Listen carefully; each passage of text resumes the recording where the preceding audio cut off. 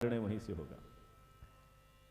गणपति भगवान कहते हैं, हे पूज्य माता पिता श्री, आप बुद्धिमान हैं। मैंने 7 बार, एक बार नहीं 7 बार आपकी परिक्रमा करी और मैं जानता हूं और मैं मानता हूं, मेरी दृष्टि में आपकी 7 बार परिक्रमा, मैंने 7 बार पृथ्वी की परिक्रमा कर ली। ये मेरा निर्णय है और मेरा भाव भी है। दोनों एक साथ बोले, तुमने 7 दीपों की, 7 सागरों की, कब की परिक्रमा? ब्रह्मांड में तो 7 दीप हैं, पृथ्वी में 7 सागर हैं।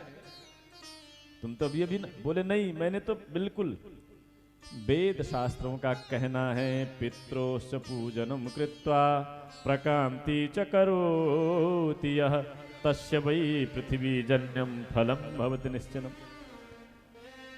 श्रुति कहती है, संत कहते हैं, शास्त्र कहते हैं कि माता पिता के पूजन के उपरांत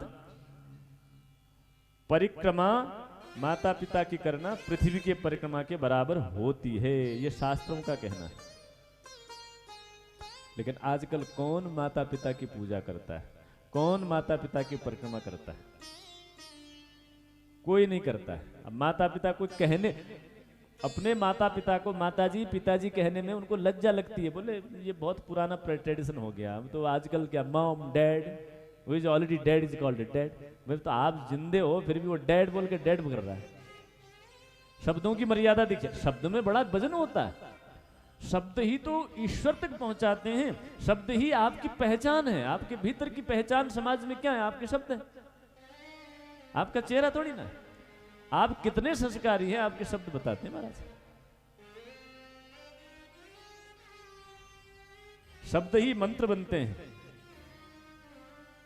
शब्द ही पाप बनते हैं, शब्द ही पुण्य बनते हैं। शब्दों से यज्ञ होता है और शब्दों से ही वरदान और श्राप दोनों होता है। शब्द की बड़ी महिमा। इसीलिए हमारे ज्ञानी, भक्ति मार्ग के नहीं, ज्ञान मार्गियों की बात करें तो वहां महावाक्यों का अध्यास किया जाता है, प्रैक्टिस किया जाता है महावाक्यों का। पूजा नहीं की जाती। ज्ञान शंकर संप्रदाय के जितने अनुयायी हैं शंकराचार्य के, वो पूजा नहीं करते हैं। बहुत कम लोग। उनको क्या रहता है, हम ब्रह्मास्मि शिवोहम शिवोहम। वो कहते हैं हम जो शिव है वही हम। ये इसको कहते हैं महावाक्य, ग्रेटेस्ट सेंटेंस। और उसी का अध्यास करके हम कुछ नहीं है, न ये दुनिया है, न शरीर है, न कान है, न नाक है, न आंख है। बोले हम तो शिव हैं, शिव हैं। इसलिए हमसे किसी से कोई लेना देना नहीं। न हमको अच्छा लगता, न हमको बुरा लगता, न हमको खट्टा लगता, न हमको मीठा लगता, न हमें कोई मार सकता, न हमें कोई काट सकता, क्योंकि हम तो इनका अध्यास ज्ञान मार्ग के चलते हैं। शब्दों का ही पूजा, शब्दों की ही पूजा होती। शब्दों में बड़ा वजन होता है साहब। हमारे पूज्य गुरुदेव कहा करते थे, जब आप अपने मुख से कोई दुशब्द, कोई बुरा शब्द, कुशब्द निकलते हो ना, बोले अच्छे शब्द जो आपके वातावरण के चारों ओर होते हैं वो आपको श्राप देते हैं। ऐसा कहा करते हैं। ब्रह्मांड में नाद स्वरूप में न जाने कितने शब्द हैं, लेकिन आप बुरे शब्दों का चयन करते हो तो अच्छे शब्द हैं, जो अच्छे भाव हैं, अच्छे विचार हैं, वो आपसे रुष्ट हो जाते हैं। फिर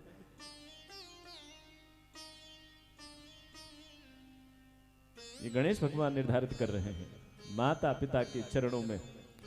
भगवान राम की बात, प्रातः काल उठी के रघुनाथा, प्रातः काल उठी के रघुनाथा, मात पिता गुरु ना वही माता, मात पिता